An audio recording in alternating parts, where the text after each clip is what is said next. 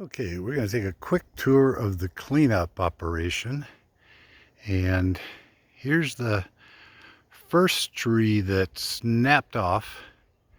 And you can see off to the right, the one that got pushed up by the root. So this tree snapped and blew to this point right here. And of course it was all filled with branches and stuff, but it has been debranched,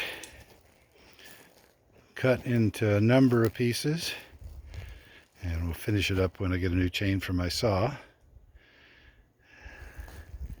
Here is the debris pile that came from that tree, just so you get an idea of how much stuff is in one of these trees that has to be cut with the chainsaw and then piled up into a pretty substantial pile of branches and stuff. So then we come over to the tree that blew down. There's the roots. I've cut a bunch of those so that we'll be able to pull that root ball out once we cut the trunk off. And this one fell not on the little dog that's there, but fell right across that bush, the red currant that's past the tip of it. And of course, it was loaded with branches as well. And it has been cut back, went pretty much over to the other side of the driveway, the top of the tree. And I've cut sections of it out, big sections, and pulled them away so that I could get them off of the plants. So it barely missed. Well, the branches had pulled down the branches on this crabapple, had it very tilted over. You can still see some of the strain from it, but didn't break much, if anything.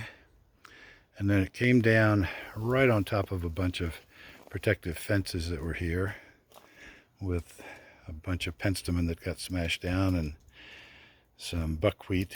But the one that took a direct hit was what had been a real thick, dense, bushy red currant. You can still see some of the red flowers. It's pretty much past its prime.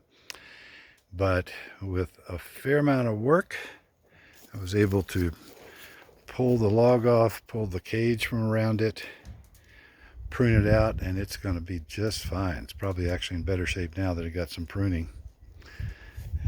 Here's some of the logs that I've been just moving by hand.